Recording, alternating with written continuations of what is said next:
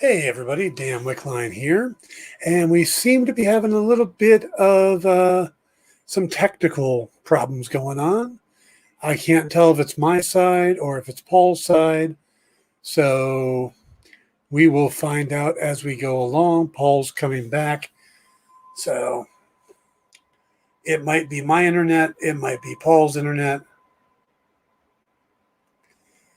I'm not sure, but we're going to get this thing started.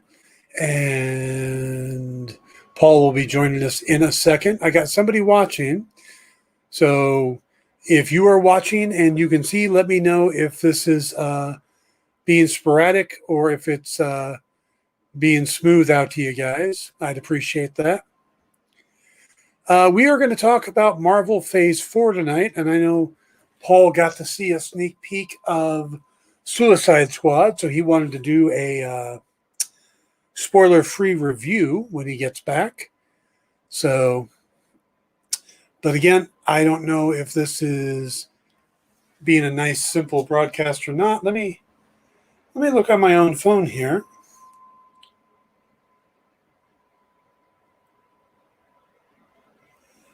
And all right, it looks like things are going okay. So that's the best I can tell. So we're going to get started here. Paul looks like he's back. Hello.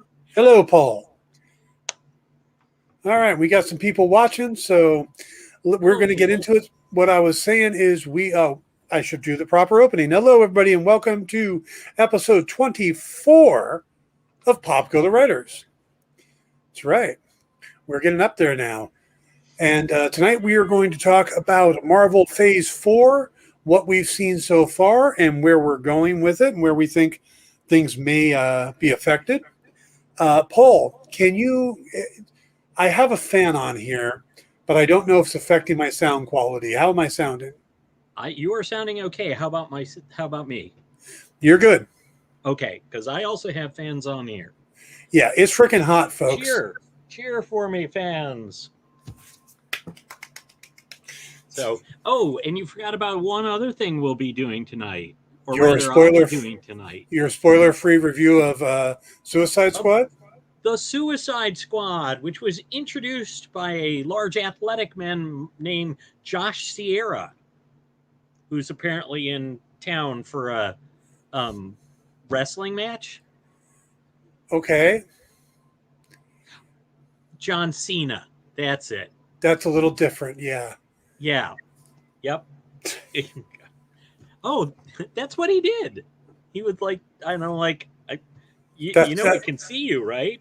You're not supposed to be able to, yeah. So, well, Paul, take it away with your review of the Suicide Squad without spoilers, since I haven't seen it. Okay, so what happened is in the first minute, the short version is it was a raucous good time. There were a lot of laughs. There was a lot of blood. Body parts coming off, things exploding. Besides Nathan Fillion's arms? Huh? Besides Nathan Fillion's arms? Yes, besides Nathan Fillion's arms. And yes, it was very gory, and some of the laughs were entirely because you were like, oh my God, that's awful. But all in all, I really enjoyed it, which I'm never quite sure whether I am in that sort of humor. But yeah, I thought they were quite good. Even the wrestler guy. I don't know much about the wrestling. So... who's getting his own spin-off TV series of it. Yes, this is what I hear. The man in the toilet bowl helmet. Yes, so how did you end up at a sneak peek? Well, you see, I'm a manager for one of the 4 Comic City locations here in Michigan, and Comic City managed to get advanced preview passes being run by one of the local radio stations hosted it. Nice. So we did like a managers meeting where the owners of the company and all the managers went out and caught the Suicide Squad. I'm just going to say it was killer. So you took this job for the tickets, and now that you had it, you're going to quit? I didn't even, that and I have to keep them because what if we get more for other? Good point. So I guess they're stuck with me. So, Yeah. But let's carry on, Wayward Son, to the topics of which you spoke earlier. Yes.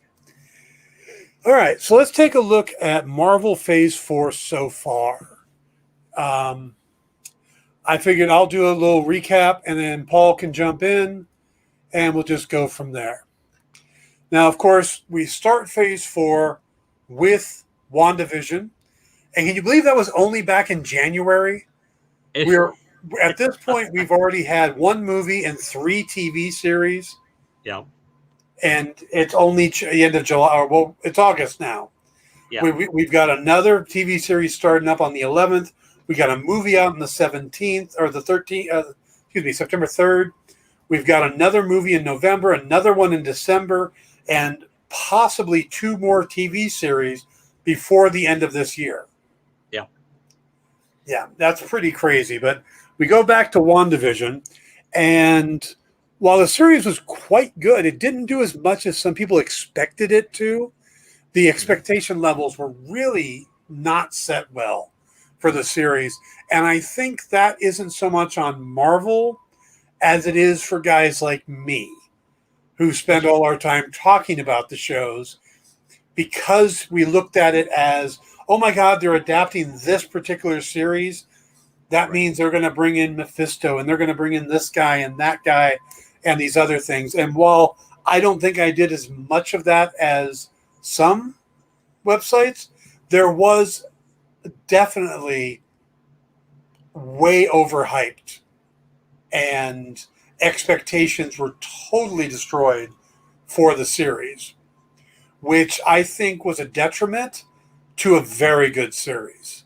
I think some people came out of the final a little disappointed, but it had nothing to do with the final. It had to do with the internet expectations. And the other enemy, I know I'm interrupting your That's summing fine. up, but the other enemy of the that hyped up expectations was the pandemic. Yeah. We had gone so long without more Marvel that we were like, oh, this is going to just explode our brain. I know. Well, it was Far From Home was the last Marvel thing we had, wasn't it? Yep. So we went all that time and then and teases and, oh yeah, we're going to get Black Widow. We're going to get Black Widow. Da, da, da, da. No, not for a while. Now, some of the things that WandaVision did do, which were important to the show and to the MCU, it introduced S.W.O.R.D. Yep. It ramped up Wanda's powers to a level that she's now the Scarlet Witch and pretty much a threat level to Doctor Strange. Yep. Brought the Vision back. We didn't have a Vision. Even though that she recreated one, we didn't have one going into it. And so now we've got the white version without a personality or the Mind Stone, but we have a Vision. It introduced us to Monica Rambeau, who will be part of the Marvel series, the movie, excuse me. What else did it do? Gave us Billy and Tommy, who end up growing up to be heroes Wiccan and Speed, part of the Young Avengers, which may end up being a big part of the MCU going forward. And it gave us a lot of time with Darcy from the Thor movies and Jimmy Woo from the Ant-Man movies, to the point that people were talking about how they wanted a TV series just of those two running around solving cases. Now, the end credits was probably the biggest thing in the fact that it completely connected to Doctor Strange in the Multiverse of Madness, in that, it kind of set that door. It showed Wanda's power level with her using her astral projection to read while walking around drinking tea, and which is something even Doctor Strange couldn't do. He was unconscious when his astral projection goes out. So, or was it vice versa? was the sitting drinking tea the astral projection while she was in reading the book? Why would she sit and drink tea as an astral projection? To make it look like there was normalcy going on. Huh. So if anybody was Yeah. watching the cabin, then they see, oh, it's just some lady up in a cabin. I don't think it was. I think it's the other way around, but I think that's an interesting point. It could have been, but I wouldn't put money on it, but I think it's an interesting point. Mm. I do like the fact that when they did the whole pan in thing, the zoom in, that was pretty much a Sam Raimi move. We saw him do that in Evil Dead, where he's going through to the cabin and stuff like that. So I don't know if Raimi actually filmed it. Yeah, but it was slower. What? A little slower than a Raimi. A little slower, yes. It was the transition. Yes. Yeah. To Raimi. So gotcha. That's why it's in a cabin in the woods. No, that would be Whedon. Raimi did Cabin in the Woods before.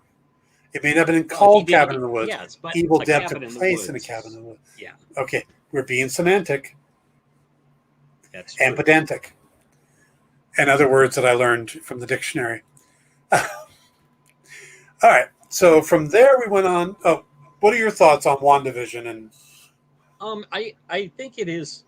There was so much anticipation that I don't know if it would have been possible for it to fulfill all the what everybody was expecting from it. I mean, it was just, even me, I'm like, oh, it's going to introduce Mephisto, and then Kiss will show up, and Master Pandemic, Pandemonium, and I mean, there was just so much that everybody saw it, and they projected into it so much that that I don't think it could have fulfilled that promise. But even if it did nothing else, it introduced us to Catherine Hahn as Agatha. Oh yeah, Harkness, and just I swear, for that little clip of tune, it was almost worth like the entire series, even if the rest of the series had been bad, which it was not. Yeah, I think just that moment of, and I killed Sparky. I knew that woman killed Sparky. I was putting up the Justice for Sparky images out there. I was hitting those up online. Yep. So, yeah. But just I thought it was much better than people. Some people loved it all to pieces, but I think it was much better than the detractors gave it credit for, simply because they had built it up so much. So I'm total agreement. Is what I'm saying. I feel kind of weird about bringing this up, but what the hell is going on at Marvel? In the 60s, they spent a lot. They introduced a lot of characters that were these very wizened old women, like Aunt May and Agatha Harkness, and now they're casting people like Marissa Tomei and Catherine Hahn. I have some very confused feelings about this, and it's starting to worry me a little bit. But when we were 12 and 13-year-olds, yes, or let's say 8 to 12-year-olds, and we saw Aunt May, we went, oh my gosh, she must be like in her 50s. Because that seemed old to us. Yes. And as we grew older, say to our 50s, we're suddenly like, no, that's really young. Young people are. But are Ditko like drew her like she was in her 70s and 80s. Right. But of course, people aged quicker in the, like my grandmothers looked like Aunt May, and I think they were only in their 60s when they passed. So, we are definitely a more health conscious focused on relieving stress, eating better, that kind of thing, and I think that's why you get Hot May and Hot Agatha. Um, and who knows if Agatha? Well, of course, we also saw Agatha was occasionally consuming other witches' Yes. power, so I assume that that acted to keep her rejuvenated. Yeah, that's a good possibility. Yeah, All right, let's move on from WandaVision. sure. By the way, anybody watching, please feel free to jump in with your comments. Let us know what you're thinking of these shows as we go through them, or your thoughts going forward. Happy to tell you you're absolutely wrong, or acknowledge that you're right. That's right. They could be completely right if they agree with me. It's fine. Right. Exactly. All right, so we go on to the second part of Phase 4, which was the Falcon and the Winter Soldier. Right. Now, this series feels like it was kind of playing in a completely different corner of the MCU from WandaVision. Yeah. And I think that's what's been really interesting is that we seem to be jumping around in these different playgrounds. And I see Phase 4 doing that at there's like 3 or 4 different areas we're playing with. And Falcon and Winter Soldier, which should have been just called Captain America, it's over here in this very grounded area. Yeah. And it didn't feel anything like WandaVision, which was fascinating to me. Yeah. And it's funny for me to say that it's very grounded when we're talking about super soldiers, men in wingsuits and vibranium shields. But it's, it's what it is. Now, what this series succeeds in doing is it makes Sam's ascension to being the new Captain America not only make a lot of sense, but it feels like it's destiny. It's what it should have been. They do a good job with that. It helps Bucky move on from his past as the Winter Soldier. I think I would have liked it if that closing sequence, the title card, instead of it just being Captain America and the Winter Soldier, if it had been Captain America and the White Wolf or something like that, just to show the completion of both of their arcs. It gave us Sharon Carter as a new baddie, possible Skrull. Brings us the story of Isaiah Bradley, which is huge.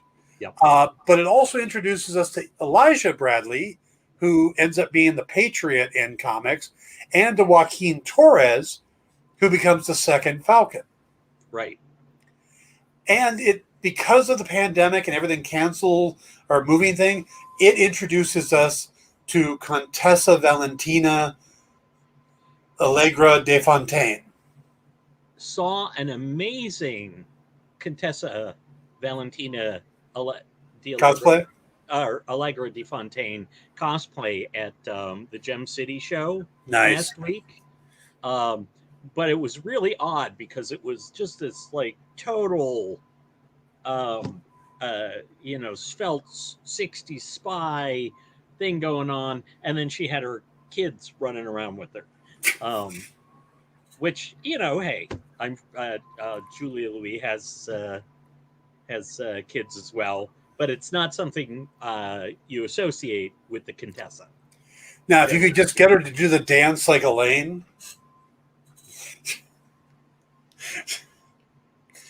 But yes, but it was nice to see that had kind of grabbed hold.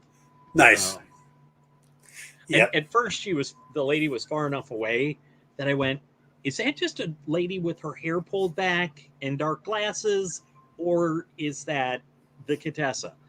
And eventually she circled around, and sure enough. Yeah. So. Now, what also they did was they introduced us, of course, to the dark, since Val is collecting darker versions of our heroes, the new John Walker U.S. agent. Yeah. And we got to spend a lot more time with Baron Zemo, which was way more fun than we ever thought it would be. Daniel Bruhl nailed that character. It was a blast. My only negative thing about the entire show, and I know Paul doesn't like to hear negative things about Falcon the Winter Soldier or anything involving Captain America, is that you really could tell that there was a giant subplot chopped out of it and that story doesn't flow as nicely as it. They did a remarkable job giving us a story that makes sense, but there are huge parts where you're like, did you really hire this particular actress to just play a dead body? No, you hired her because she's a good actress. The Mama Danya thing was going to be a bigger storyline. Yeah. Completely taken out, the whole pandemic thing taken out. And it did negatively affect the series. Especially when it came to the Flag Smashers and Carly Morgenthal's motivation. But what about you, Paul? I know you are a Star-Spangled Man with a Plan. I am, and I will concede that it was bumpier. But even with WandaVision, we lost an episode, so things wrapped up a little. You do have to make allowance for the conditions, and given those, I was pretty happy with things. By the way, I think that it should have been Captain America and Bucky, the no longer boy commando. Since they only really mentioned him being the White Wolf once in the thing, but it was so good that it was the story of two guys with a mutual friend who isn't there anymore, so we're just two guys. That's good. But the fact that really the mutual friend, the fact that they both loved Steve and he loved them in whatever way you guys people want to take it, was enough that they were willing to eventually acknowledge that they had a bond. Yeah. Or not acknowledge that they had a bond, but there was a boat montage. They've got a bond. Yeah. You don't go through a boat montage and not have a bond with somebody. Plus, they had a catch. Yes, they did. They did. They went full Field of Dreams. Yep. Yep. If you throw it, they will fall. I thought it was really great, and I look forward to seeing the movie that comes after. I'll be curious to see if Bucky gets some sort of a costume upgrade, or if he, to move farther away from the Winter Soldier aspect. Mm-hmm. I still hope that Sharon isn't actually a baddie. But we'll see. We'll see. She may not even be Peggy's real niece. Yes, that's true. Be all a lie, because it didn't come out that she was the niece until after Peggy was dead. Dun dun dun. That's right. But yeah,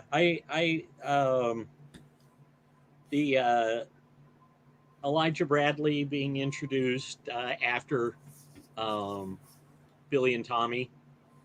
And again, I'm starting to get into this, like maybe the Young Avengers won't even be a thing till like Phase 6 or something.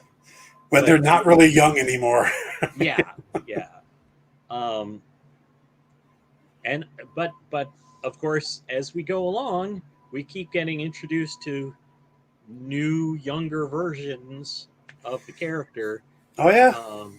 So it will be interesting, because as things are going, Sam will be kind of the Uncle Sam version. He'll be the older, more experienced, more mature guy when all these kids show up.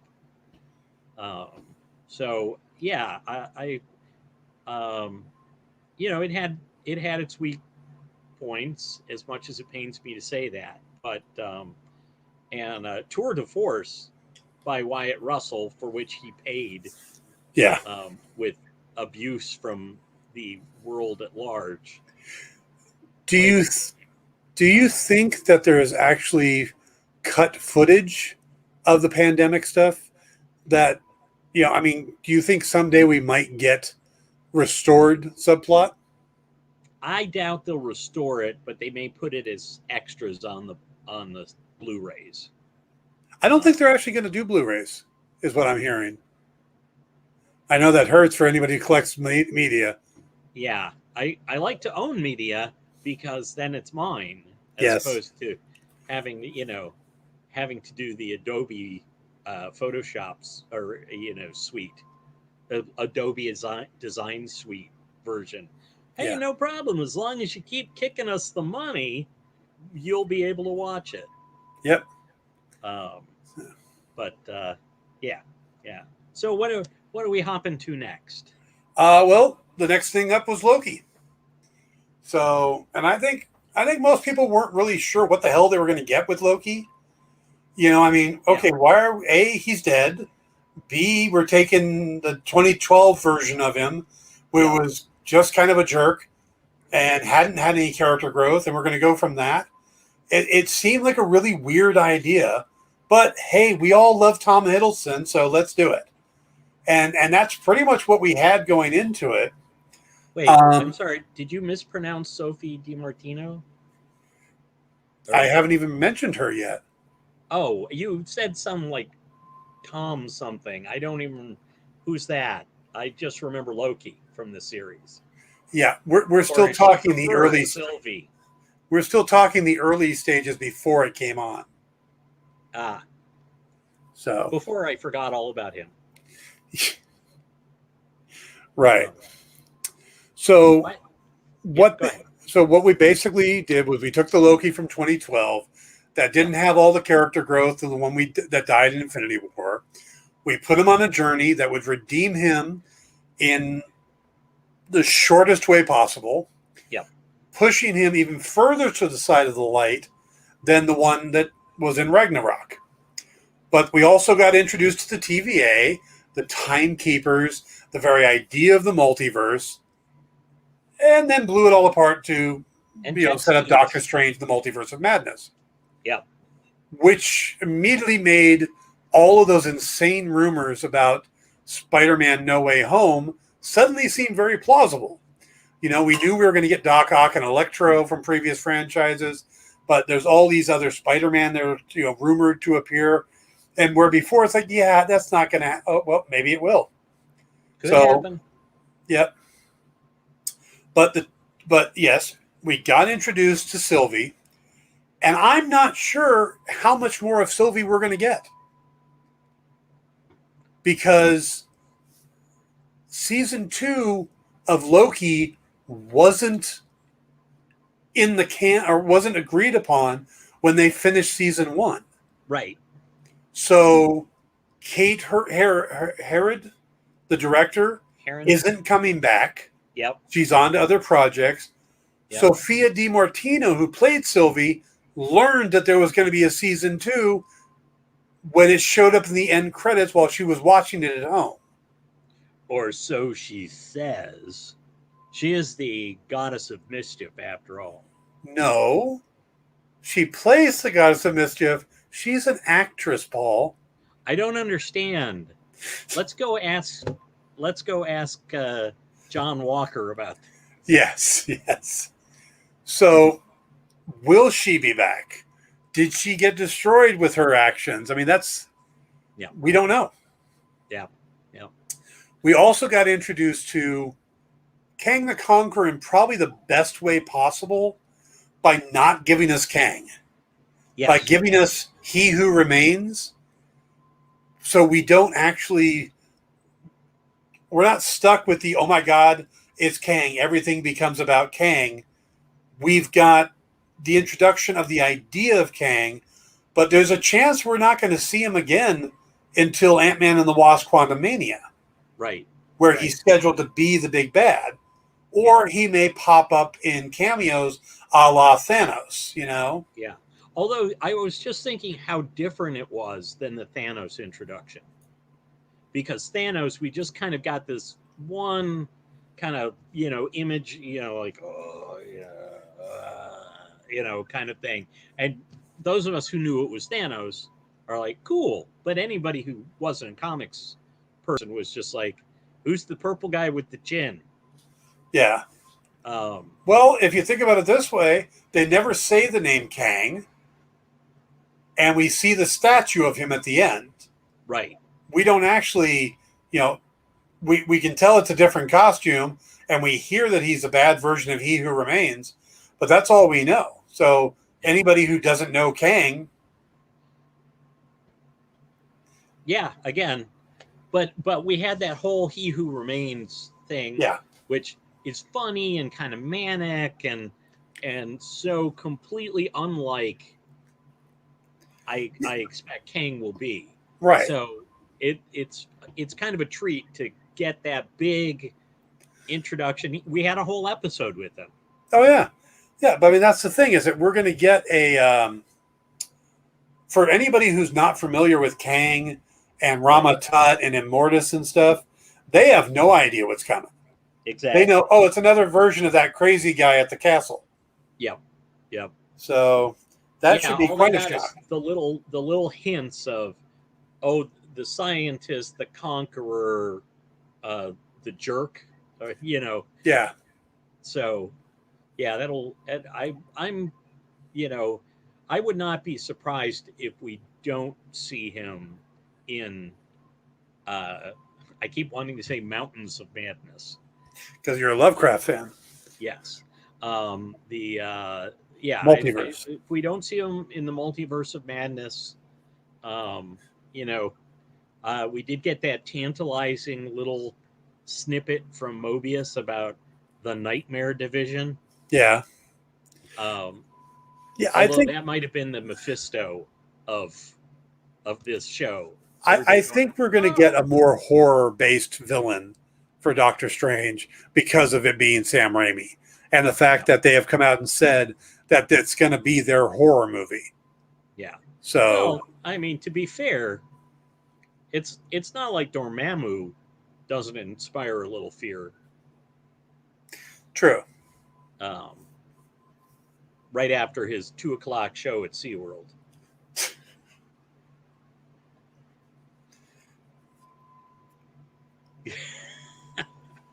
Thank you, Nathan Fillion. Anyway, I do find it interesting that Loki kind of exists, and I was talking about this earlier, the grounded area, the mystical area, the cosmic area. Loki is kind of between the cosmic and the mystical, Mm-hmm. And that's kind of an interesting playground.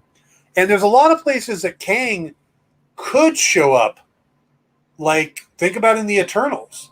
Yeah. They're going through all this time. What happens if they have a run-in with Rama Tut? Yeah. That would make sense. And you just have Jonathan Majors playing it, but you don't have to say what the connection is. You're just using the same actor. Yeah. Yeah. So, all right, Yeah, we're gonna. I think you make a good point, because in, of course, Avengers, no, it was in Thor, where he said, you think of science and magic as two different things, and we think of them as one thing. Yeah. And in that way, it was interesting that they went so sci-fi with Loki.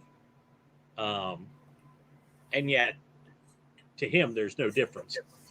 Yeah, there's no difference, and he's really jacked up, both the cosmic side and the science, the mystical side. Yeah. Doctor Strange is over there having a heart attack, going, "What did you do? What did you do?" And Tom Hiddleston got a lot of opportunity to do his hair flip thing. Yes. And stand with his shoulders back as he. By the way, if you'll notice, anytime Loki is knocked to the ground, Yeah. he's always on his stomach, and he always does the hair flip Yeah. when he looks up. It's just really? It reminded me of something from the Black Widow. But Which is where we're going next. There we go. Yes, the first film in the new phase that got postponed over and over and over and over and over. So when it finally came out, it really didn't fit where it was supposed to be. But then again, it's a prequel, or it's a story that took place after Civil War, but before Avengers Infinity War. Yeah. So it was already out of place anyway. Yeah. Well, it was just a, a casualty of the crumbling of the sacred timeline that it came out of place. All right, we can go with that. Yeah. Now, this is the technical first appearance of Contessa Val, but it's not because she Yeah. showed up in Falcon. So, but we, and we get introduced to Yelena Belova, Mhm. who is likely going to be the new Black Widow. Yep. We get introduced to maybe my favorite new character in the MCU, Red Guardian. Isn't it Crimson Dynamo? No, it is Red Guardian. Also, there is Iron Maiden, who they only call Milena in the show. We get to meet Taskmaster, which is, in my opinion, the biggest waste of a great character since Mandarin. Yeah. Well, although will it be a waste when we get Shang-Chi and the Legend of the Ten Rings? So I am holding out hope that there's going to be a Mandarin-like salvation for Taskmaster. Yep. That somebody's going to grab that technology. Yes. And make use of it. Yep. And of course, we got the most British mobster thug of a Russian leader in Dreykov. Yeah. To be fair, he wasn't even Welsh, trying. But Wales is part of Britain, so. But yeah, it was just like some of the earlier stuff was okay if you like go back and watch it again. I'm like, okay, there's a little bit of Russian accent going on, and then towards the end, it's like, yeah. When he was calm and cool, like in Cuba, wearing the tracksuit and the sunglasses, he was Russian. At the end, when he's getting upset at Natasha and trying to smack her around, Welsh.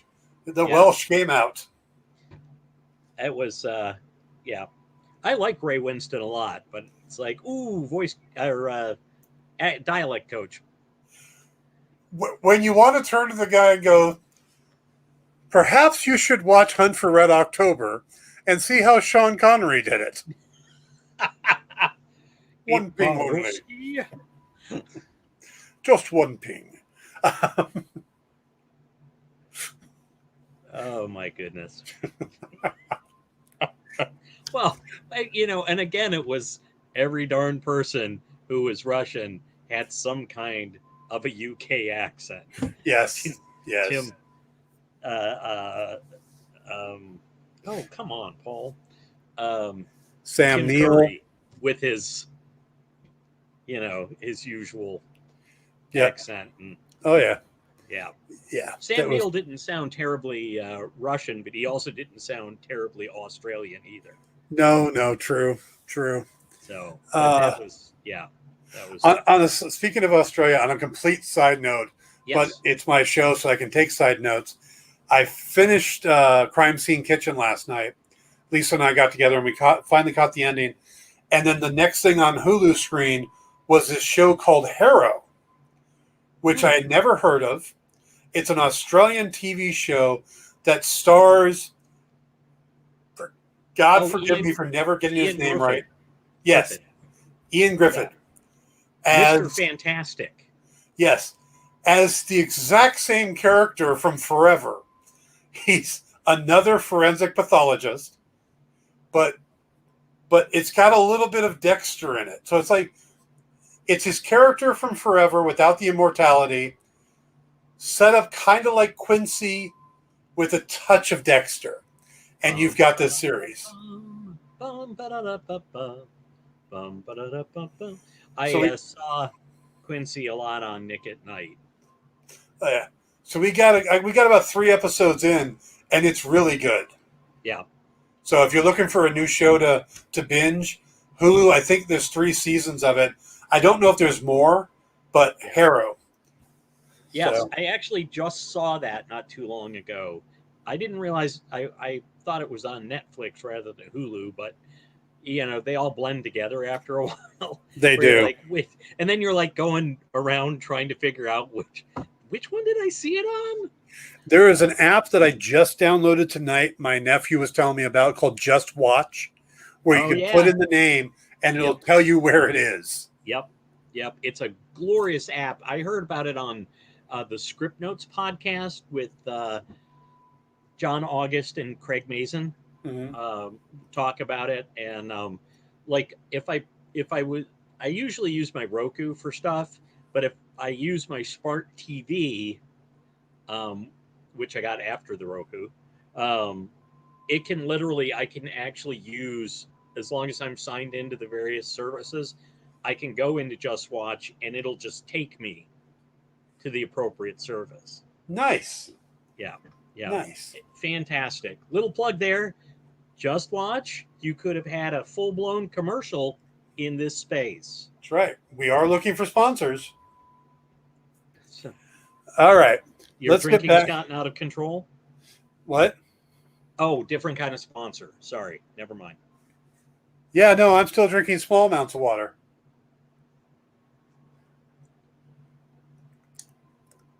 So, but what do you think about the fact that there are dozens of Black Widows out there now? That's weird. Yeah, I mean, there was a few things about that movie that didn't make a lot of sense to me. And you would think with all the extra time, they might have shown it to some people and say stuff like, you know how at the ending there's a bunch of Black Widows and they go off with Iron Maiden and Run to the Hills and Red Guardian and stuff like that? Yeah. And then she goes off and meets Ross. And then suddenly she's free with blonde hair. And what happened? They specifically said, I mean, I read some interviews and they specifically said they were just trusting the viewers to go, she's Natasha. Of course she got away. Yeah, no. Because they felt they had wrapped it up and they wanted to connect it to Infinity War, but they didn't want to like have wrapped it up, had the emotional resolution, and then go, and now we'll have a big fight scene where she gets away.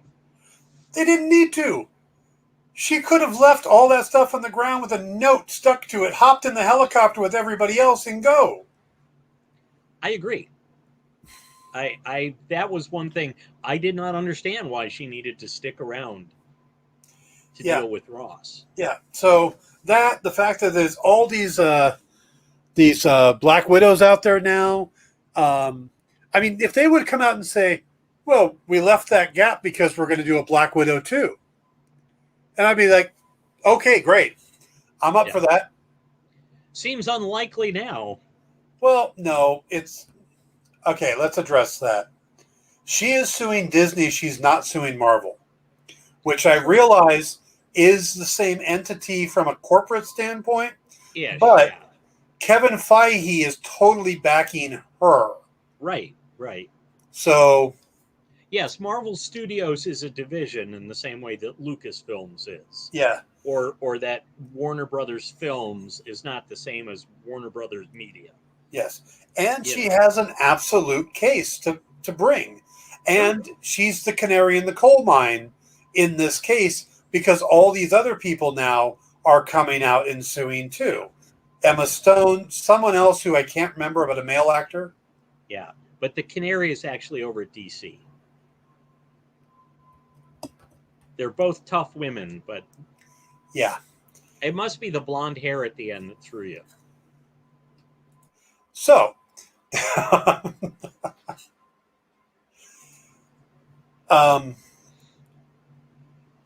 so she's suing, but she had the contract that said it would be a theatrical release.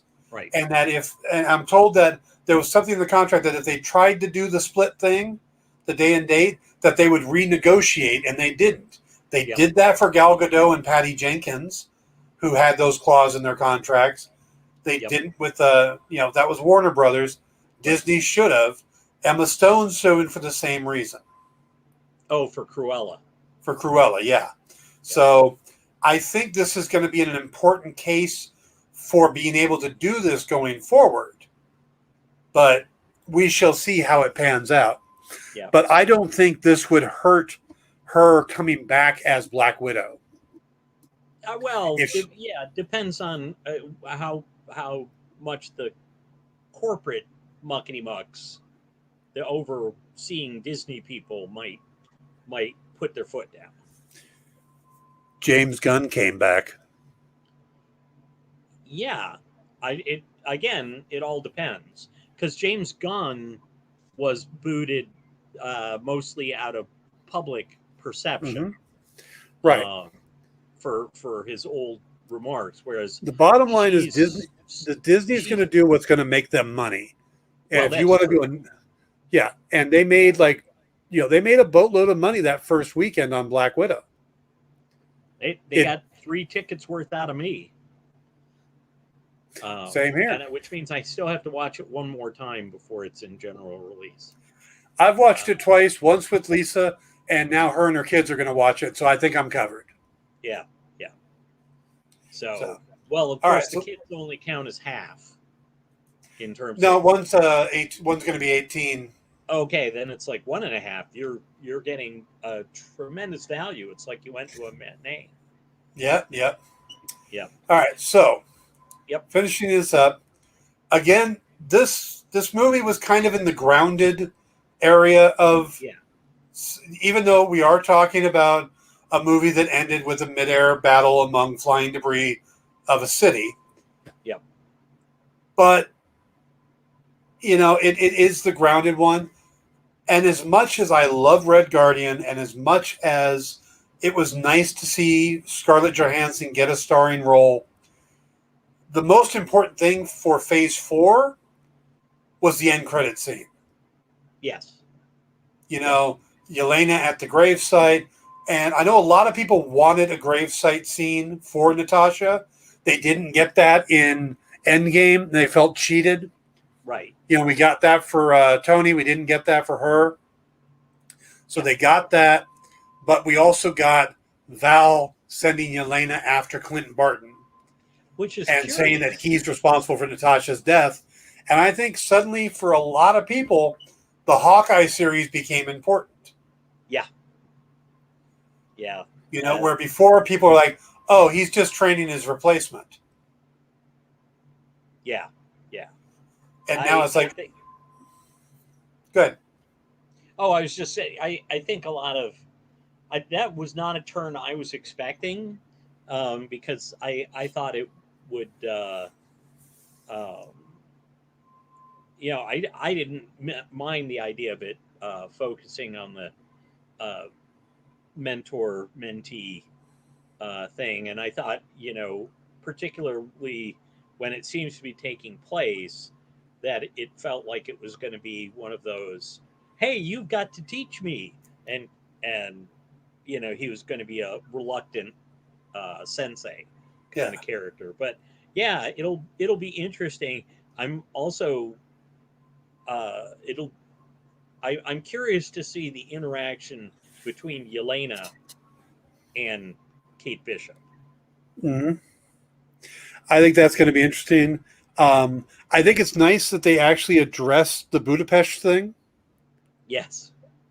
They finally Budapest. Yeah. Pest. I Plus, we've got a running joke now. I don't know why that cracks me up so much, but it was such a nice bit. It was, and it was just the right humor at the right time. Mm-hmm. Yeah. So that's what we've seen so far. Yeah.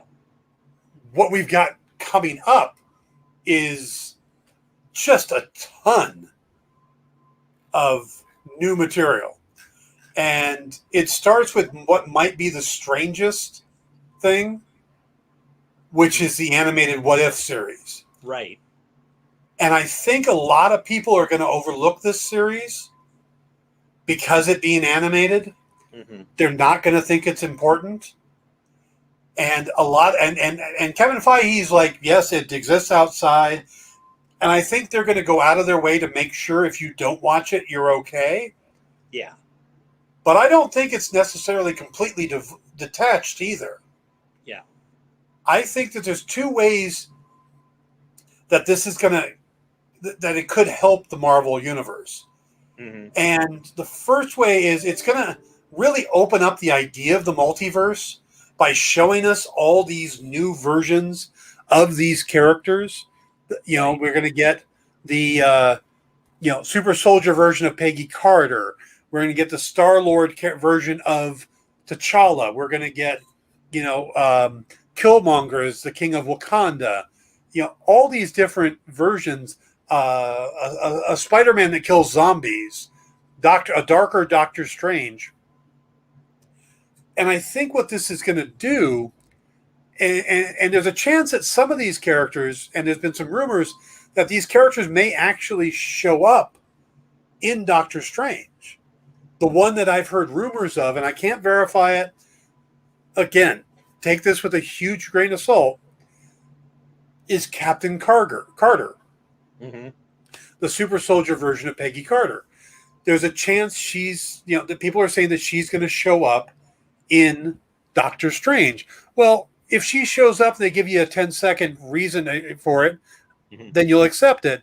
But if you've got the backstory, that's even better, right? You're going to know who she is going in. Perhaps Captain Carter was the Peggy we saw in the background of the Loki series at the Time Variance Authority. The director came out and said no, that it wasn't her. And no one associated with the Marvel project has ever fibbed before. Nope. Just like Jonathan Majors said, he had no idea what they were talking about when they asked if he was going to be on Loki. Yeah. Hey, Cody, how you doing? Why are you mowing a lawn on a Sunday night, man? That's just bad timing. Well, we don't know it's Sunday night where Cody is. Okay. Could be in New Zealand or something. You're 100% correct, because Monday morning mowing makes a lot of sense too. You're sharp, Paul. You're sharp. Yes. Like a butter knife. Yes. But the way I see the What If series is kind of like Crisis on Infinite Earths. Mm-hmm. The What If series is going to show us the absolute wildest possibilities of what could be out there in the multiverse. And Cody's in Nebraska. Thank you. And, well, it shows us this when this is all said and done. And I don't think they're going to stick with the multiverse being existing. Eventually, they're going to kind of squish it back down. At least I think. But they could make changes. They could bring people back to life. They could change actors. They can do all this stuff because of the existence of the multiverse if they switch it back down like Crisis did. And then you can explain and people will be more accepting of the changes because they'll get the concept. And I think that's what If is really meant to be, is the introduction of the idea in a bigger way and introducing these more extreme versions than you'd get from just watching the movies. Right. I think you're right. It just gives them an opportunity to play. They can kind of, not like they didn't indulge themselves with Loki. Right. But it gives them the chance to really, just kind of go, oh, you thought that was wild? Yeah, hold my beer.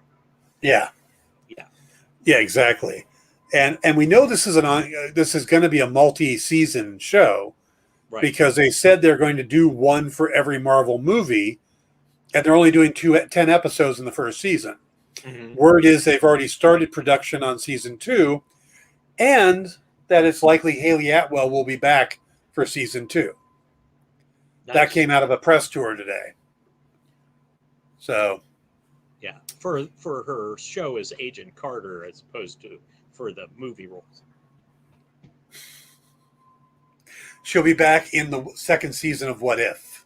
Yes, but I mean, see, they're including her in all the movies, but they're counting Agent Carter, I'm sure, as one. Uh, Oh, I see what you mean. They're counting Agent Carter and all that stuff as one of the multiverse. It's going to be interesting to see what we end up with afterwards because of all the talk about bringing some of the Netflix characters over. I think they do need to address these series that were originally said to be part of the universe and have some tangential connections. And then suddenly you go, nope, they didn't exist. yeah. Yeah. You know, Well, I mean, same thing with the ABC Agents of Shield, and because I mean, whether it was the same Phil Coulson was there, and he was killed by Loki. And sorry, spoilers, we didn't run the spoilers banner today. oh yeah, you're right. But yeah, I mean, it's weird to just kind of go like, don't pay no attention to the man behind the curtain. It sort of didn't happen. Well, if you sat through all the seasons and for example, loved Ming-Na Wen as Agent Melinda May, you don't want to hear that it didn't really happen. Oh yeah, and then but they did that for so long. You look at a show like Cloak and Dagger, which was on Hulu, right? But there's a direct reference in it to the Luke Cage series. Yeah, the cop in that is referencing Misty Knight. Right. So it's like all of this was supposed to be connected. I think Marvel at least owes the fan acknowledgement of the existence. Yeah. And if you want to change it going forward, that's fine. That's what you've got this multiverse of madness to do. But yeah. And Runaways was on Freeform. But again, supposed to be, the mantra was it's all connected. Exactly. So if you're going to change how it's all connected, that's fine. But going like, but then again, it was always Jeff Loeb saying it was all connected, and I believe Kevin Feige has erased him with the multiverse. It's possible. Cody asks, I'm excited. He says, I'm excited to see what they do with the X-Men. Have they landed on casting for Fantastic Four? I think Emily Blunt as the Invisible Woman and John Krasinski as Mr. Fantastic. Thoughts? I don't think we're going to get anything with the X-Men in this phase because Kevin Feige has come out and said so. Yeah. And there's just too much going on, and we'll get into that as we go along. But I think the groundwork for the X-Men is being done right now.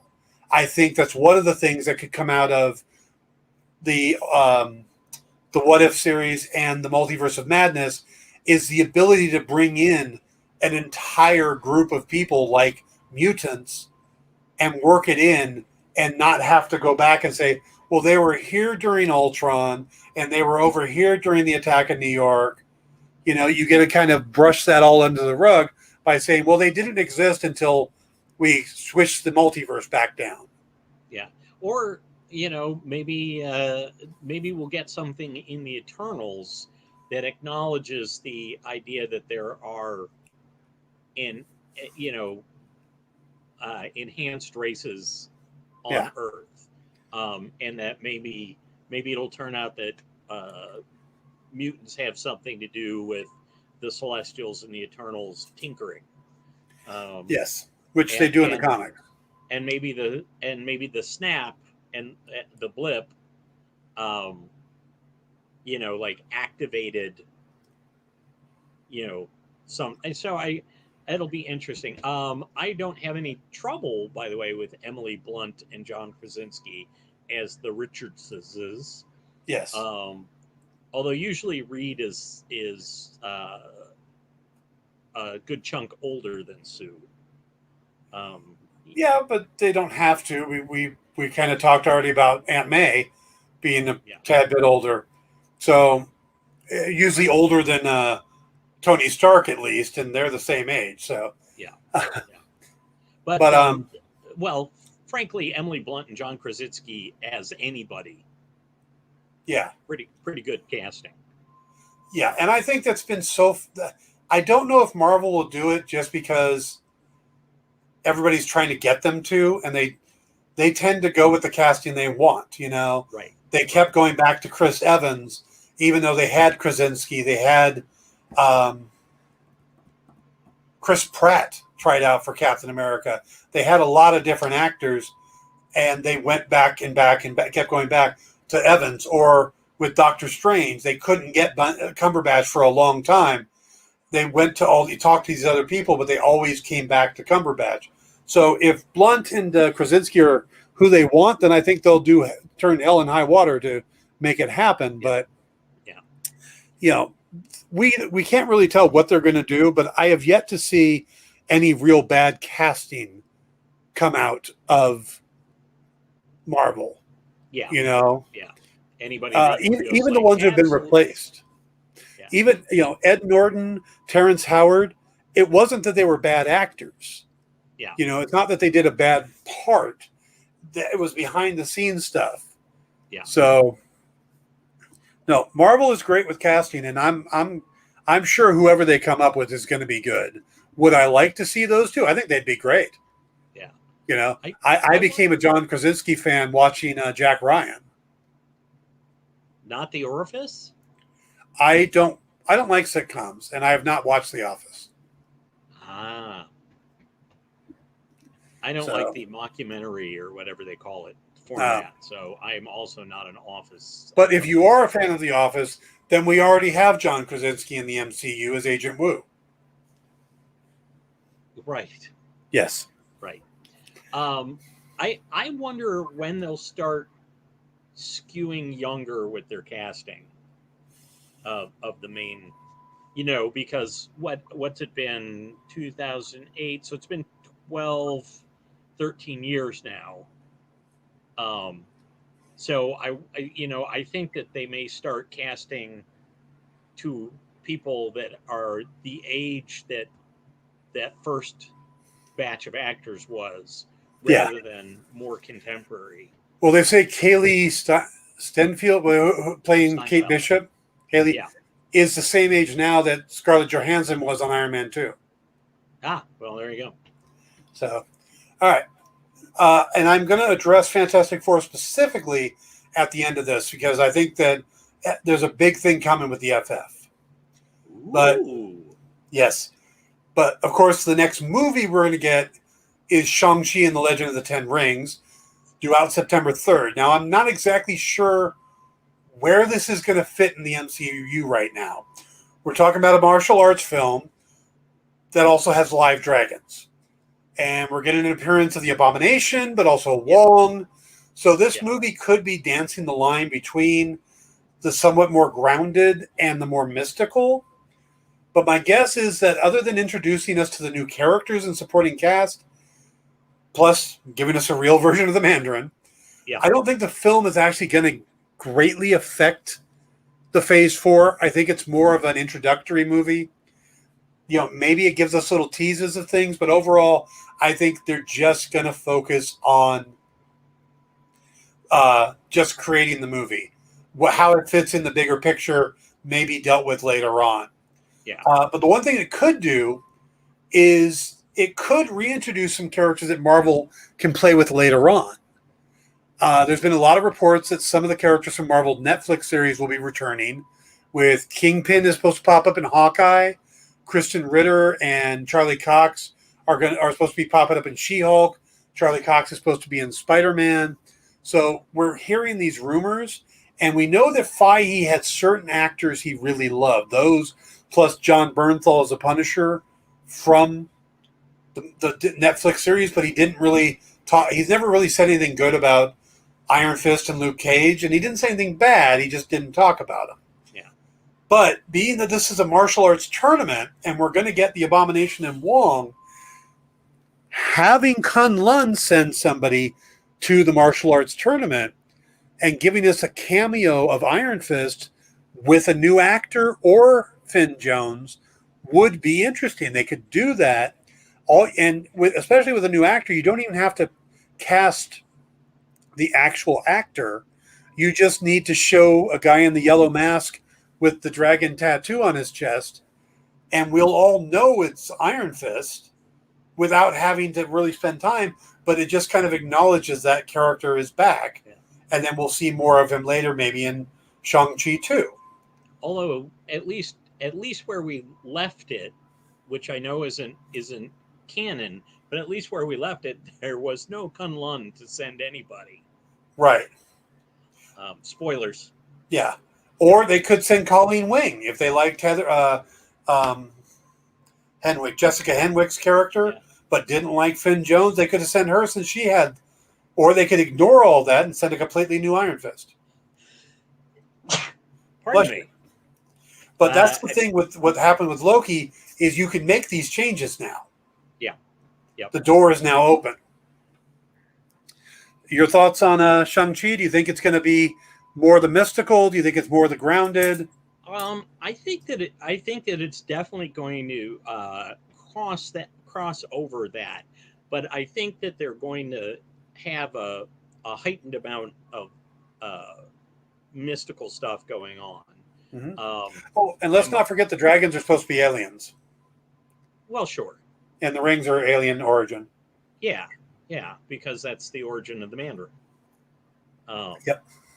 But yeah, I still think that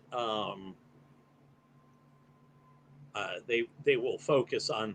And again, though, we know magic and science are not necessarily all that far apart. Right. At least in the Marvel Universe. Yes.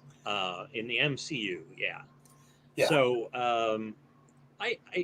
I'll be interested to see the ramifications, how it cascades out.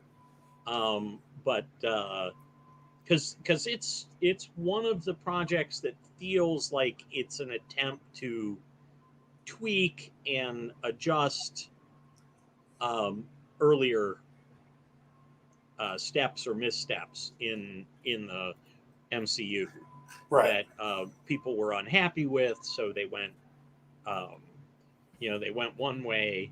But I think they'll I think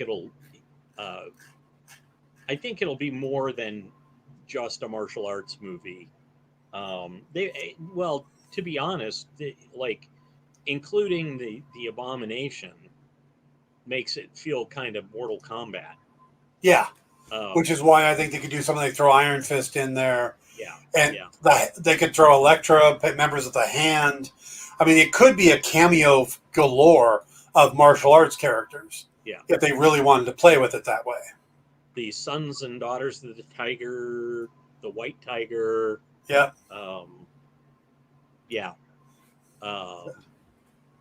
It'd be interesting. There were, there were quite a few, and of course, hand-to-hand combatants in the Marvel universe are some, the superior hand-to-hand combatants that are not necessarily entirely super. Yes. But now, also what we've got coming up, we've got 2 more Marvel series for Disney Plus that Victoria Alonso has said are going to be out this year. Right. Now, that's going to be kind of interesting because they announced Hawkeye is coming out November 24th, I believe. Which means that it could run to the end of the year, and that's fine. And with how long What If is running, they could squeeze Miss Marvel in that gap. Mm-hmm. But then again, what do you do with Book of Boba Fett? Does that get bumped? Do you start doing 2 series at once? I mean, eventually they're going to have to, because maybe they're going to shift the Marvel series to Wednesdays like they did Loki, and do the Star Wars series on Fridays. Well, what they did was they came out and said that all of their premiere series are going to be on Wednesday from now on, mm-hmm. and all of their movie releases will be on Friday. Okay. So to kind of control the amount of people hitting the streaming service. But both Book of Boba Fett and Hawkeye would be considered premium series. So what we're supposed to get out of Hawkeye, of course, to see what's going to happen with Yelena Belova, we're going to introduce Kate Bishop, but also there's the rumor of Kingpin showing up, and we're going to get introduced to the character of Echo. Now, Echo's interesting because there's already talk about an Echo series. She's a former love interest of Daredevil. So if you do an Echo series, Kingpin and Daredevil in there would make a lot of sense. Her power base is very similar to Taskmaster in that she can mimic anybody's fighting style. So to introduce her so close to introducing Taskmaster is kind of interesting. But on top of all that, you've got your first deaf superhero played by an actress who's hearing impaired. Yep.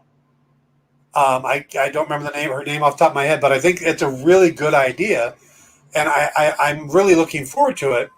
But then also you get Kate Bishop, who's part of the Young Avengers, who is one of the people that helped found the Young Avengers. Add her with Wiccan, Speed, Patriot. Even you could borrow Kid Loki because he's in the Young Avengers at one point. You've got Cassie Lang in the upcoming Ant-Man movie. Yep. You're getting the Young Avengers whether we think we're going to or not. Right. And Cox, by the way. Oh, okay. Thank you. Yep. And also, a lot of the original Avengers are dying or retiring. You know, we've already gotten rid of Iron Man. We have a new Captain America. Hawkeye is retraining his replacement. Black Widow's gone. We have a new one for her. Thor is still around, and when you say, well, in Hulk, but we're about to get a She-Hulk. That's all I'm saying. Yep.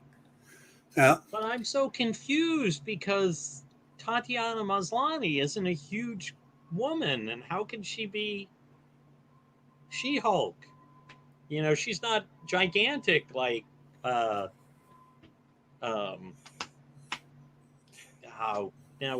did his name go out of my head? I know what you're talking about. Bruce Banner. Yes. Mark Ruffalo. Mark Ruffalo. Yes. I just people griping about that or going like, oh, we need this wrestler lady because she's got giant muscles, and it's like, do you not know how they make movies now? Yeah. John Bernthal going to return as a Punisher? That's still rumor mill. He's one of the actors from the Netflix series that Kevin Feige said he particularly liked, and it's a popular opinion that he's coming back. Will he? We'll have to see. Yeah. So we're going to have to pick up the pace a little bit. We only got about 15 minutes left, but we got Miss Marvel, which is going to be interesting because the character is going to end up in the Marvel series. She's another one that could end up as the Young Avengers, but she's an Inhuman, and we know how badly the Inhumans were mishandled by Marvel Television a few years ago, and they were heavily tied to Agents of S.H.I.E.L.D. Right. So will they continue with her being an Inhuman? Will they suddenly make her an Eternal? Will they make her a mutant to kind of pretend the Inhumans never existed? How are they going to deal with that? That's going to be the big... Totally rewrite the Inhumans via the multiverse. Yes.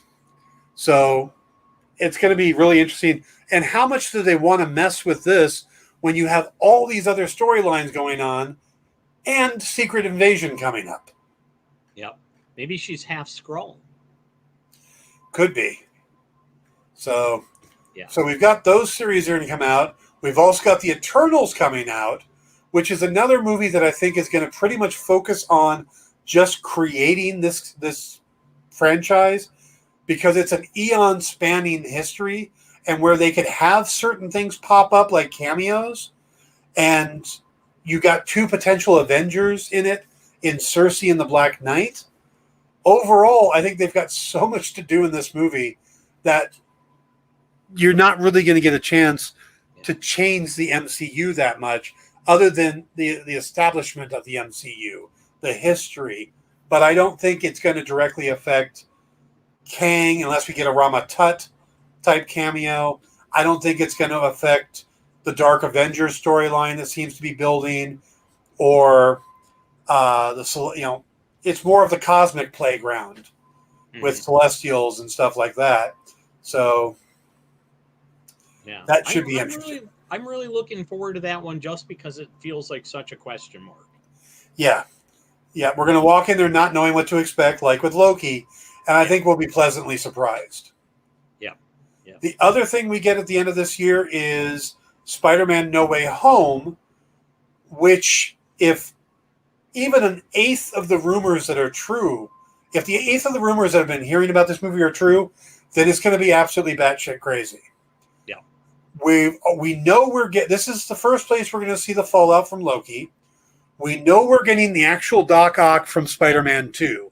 Alfred Molina is coming back, and he has flat out said it's the same character. He's literally picking up from the end of Spider-Man 2. We're going to get Electro from Amazing Spider-Man 2, played by Jamie Foxx. Now, those are confirmed. Now, having to do with other things like Tobey Maguire, Andrew Garfield, Charlie Cox, Willem Dafoe, those are all speculation and rumors. But then again, we do have J. Jonah Jameson back. So it's true.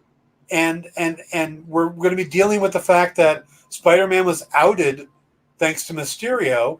So you've got all that coming into this film, what they're going to deal with.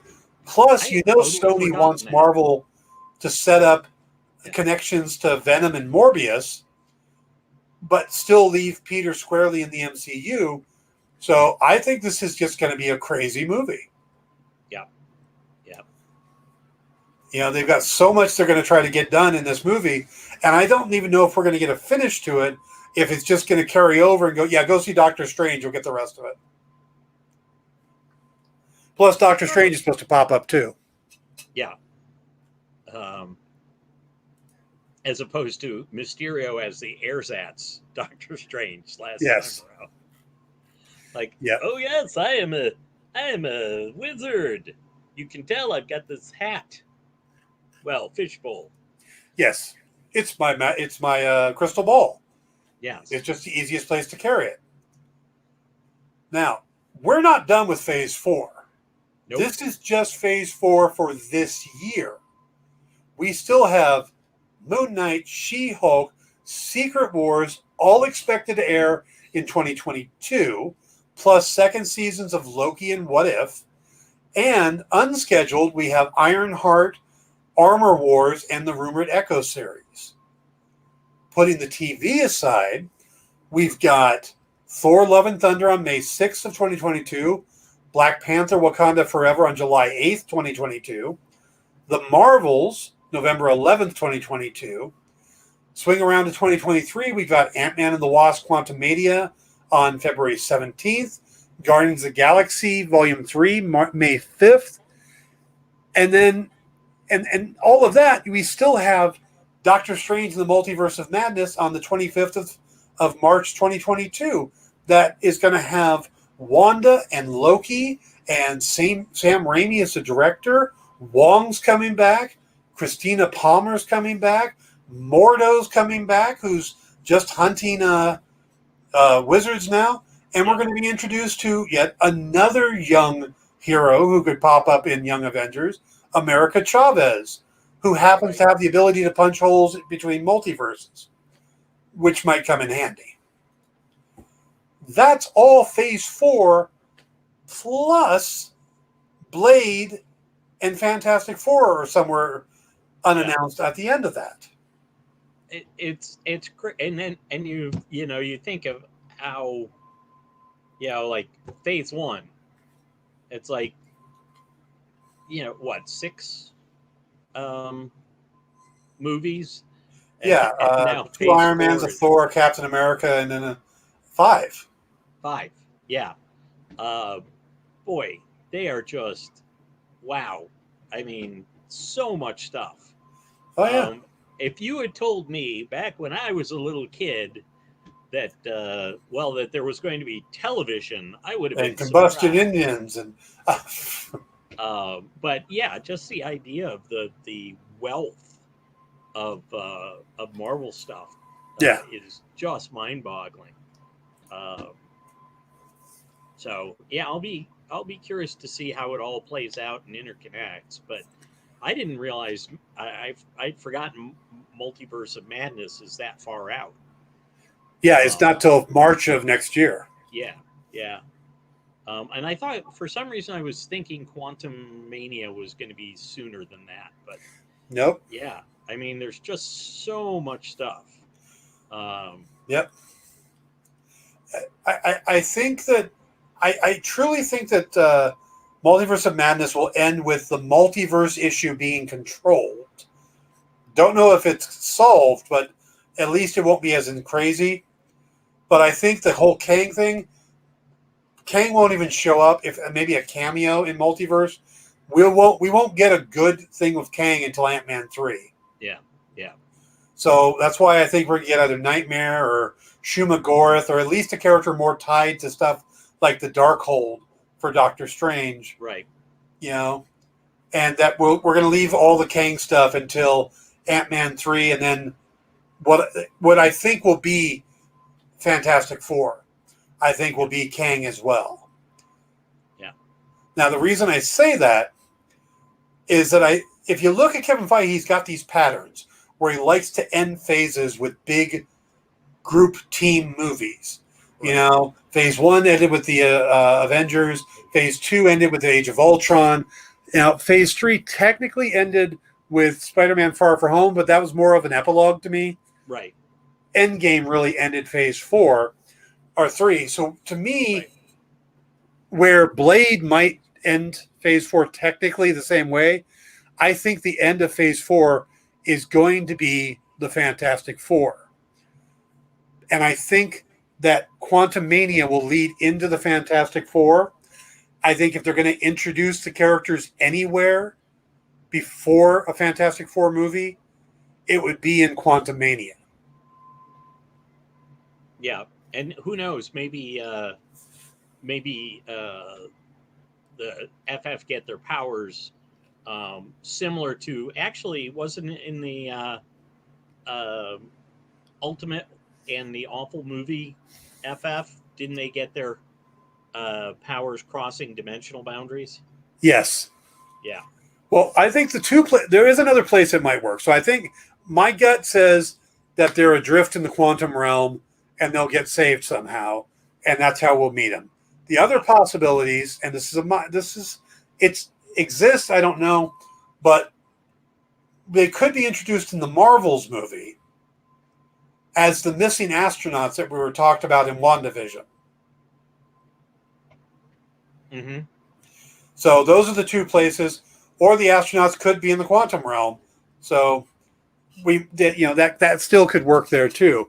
But I think that the Fantastic Four is going to be the big Phase 4 ending. I think it'll be the end of the Kang storyline, because as much as I think Kang is a huge villain, I don't think we're going to get a 3-phase villain again. Mm-hmm. I think they've got too much going on. I think they're going to have to wrap up Kang.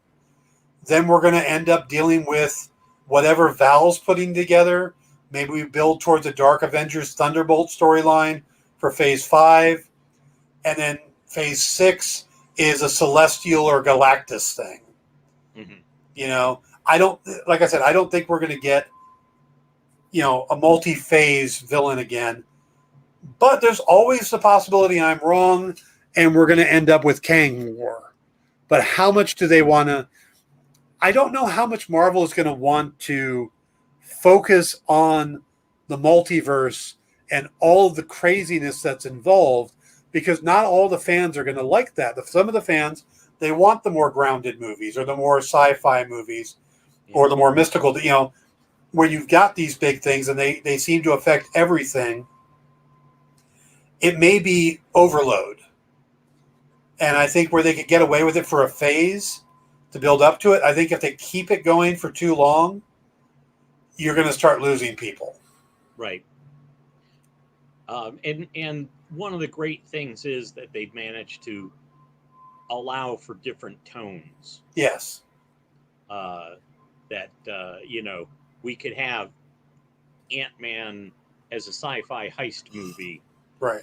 or a heist sci-fi movie, where you could have Winter Soldier as 70s espionage feel to it, without yeah, once you start narrowing it down, uh, well, of course, they were doing the Infinity Stones for, as you say, 3 phases. Yeah, But they may figure out a way to do it because the Infinity Stones was playing out while they were doing Ant Man, while they were doing Winter Soldier. true. So, I have a hard time putting it past them to find a way to pull it off. Yeah. Um, By the way, I disagree that they were doing the Infinity Stones during Phase One okay. because I think it was more of a retcon thing. They got to Phase Two and they went, "Did somebody just put Thanos on screen?" Because that wasn't part of the plan. That was something that Joss Whedon did because he wanted to put Thanos on there. It Hmm. wasn't part of the overall plan. Fahey looked at that and then started thinking, well, we could do the Infinity Stones. And then he looked back and went, well, we introduced the Cosmic Cube here. What if that was. So it was kind of a retro thing. Gotcha. Yeah. But they did carry it off over. Oh, yeah. Yeah. They made it work. Yeah. And I think that's the bottom line. That should be like if there was you know, the history of the Marvel Cinematic Universe, they made it work. That could be Tim the. Gunn presents the history of the MCU. They made it work. Mhm. Yeah, it's amazing what they've pulled off. Yeah. And you can speculate like we just did through this whole episode. But the bottom line is Marvel's going to do what Marvel's going to do. And the odds are we're going to shell out our money and we're going to watch it Yep. and we're going to And they're going enjoy to it. keep they're going to keep surprising us. Yes, When we think they're going to zig, they're going to zag. exactly. So, But nowadays they're going to zag, and they're just zigging. yeah. Yeah. Yeah. But I think we've got just enough time. What is the thing that you're most anticipating in the upcoming movies or shows? It changes a lot. Um, right now, I'm really fascinated by Shang-Chi to Yeah. see what's going to happen there. But Ant-Man and the Wasp is probably the one that has got most of my attention right now. Yeah. Because I think that's going to be huge. Yeah. How about you?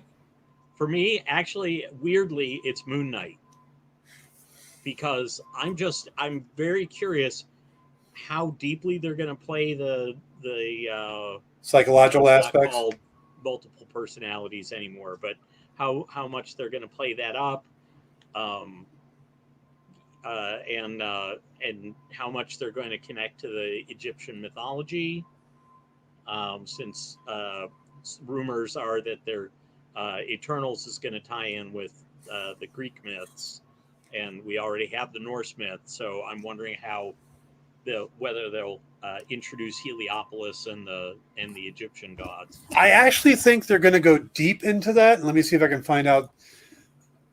2 minutes, 2 minute warning. Typing. That's good. It's a change for you. Yeah.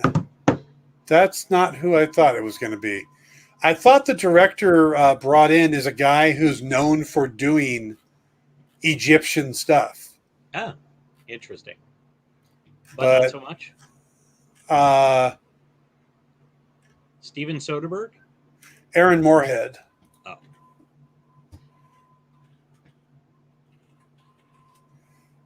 Or maybe it's the writers that are working on it. But there is some kind of Egyptian connection to the people working on it. So it's going to be, yeah, they're going to lean into that, I think. Okay. So, yeah. All right. I think that wraps it up. Anything you want to let the fans know or the viewers know about? I am now Eisner losing writer Paul Story. My condolences to the whole team of John Carpenter's Presents Storm Kids Stanley's Ghost. Congratulations to Ben Passmore for Sports as Hell, which won Best Single Issue Story. And it's really a trip to hear Phil Lamar read your name out loud, even if you don't win. Oh, I bet. How That's about pretty you? cool. Anything to plug? I do. I actually have something to plug. If you were aware of the new beta thing going over at Amazon, they're doing the Kindle Vella. We Yeah. talked about it last week with Dan Taylor and Rosalinda Diaz. There, where you can use the Kindle app on your devices to read books chapter at a time. Mm-hmm. And I have a Vella book going on now. The first chapter is up. It's free to read. It's called the Embercrest Protocol. Ah. And it's the best way to describe it. Well, let me actually read you the quick synopsis for it. The Cold War rages on as both sides try to control the proliferation of magic into the world. But when one of America's best seekers goes missing, it's up to Jonathan Blazak to figure out what powerful artifact has surfaced and either recover it or destroy it before the Soviet Union can weaponize it. His only lead is Symphony Scherzo, a young research assistant who doesn't know that magic is real or that she is now the central figure in a world-changing battle between nations. So this is basically a 1970s spy thriller with magic, done kind of James Bond-esque. So it's going to have that 70s feel to it. And it kicks off with the first chapters up there right now. So go, find, do, read, enjoy. The Embercrest Protocol, which is about as 70s spy thriller of a name as I could think of. Yes, yes. So, all right, everybody. Thank you all for watching. Thanks for the likes and the we got a heart. We actually got a love. Oh, thank you. Who did we get a love from? Melanie McRae. Thank you, Melanie. Mm-hmm. But thank you all for watching. Please join us back here next week, where we'll come up with another topic as we wait for what is to kick off. And Dan will have watched Suicide Squad, and we can talk about that. Absolutely, yes. Which would be weird, since mostly we've been focusing on Star Wars and Marvel. Yeah, no, it'd be good to do DC. I'm looking forward to it, and I love James Gunn work. So, also, I will be on this week with the Dan Wickline show. I have no idea who I'm going to have on yet. I'm still working that out, but we will find out. Paul will be at Comic City, West Bloomfield. And you can go by and see him and pick up all your books. Yes, indeed. So, and you can find me online at Storyville, STORRIEVILLE, on Facebook, Twitter, Instagram, and at Storyville.com. And I'm Dan Wickline on everything. So, by the way, Paul, do you guys have pull lists at Comic City? We do indeed. If you go to ComicCity.com and click the subscription link, you can build your own pull list online and manage it online so that you don't have to call or come into the store every time you want to add or delete a... That is the best way to make sure you don't miss out on the books you want. So exactly. All right, folks, going to wrap it up here. Thank you all again for joining us. Have a great week, and we will see you next Sunday here on Pop Go the Writers. Writers. Good night, everybody.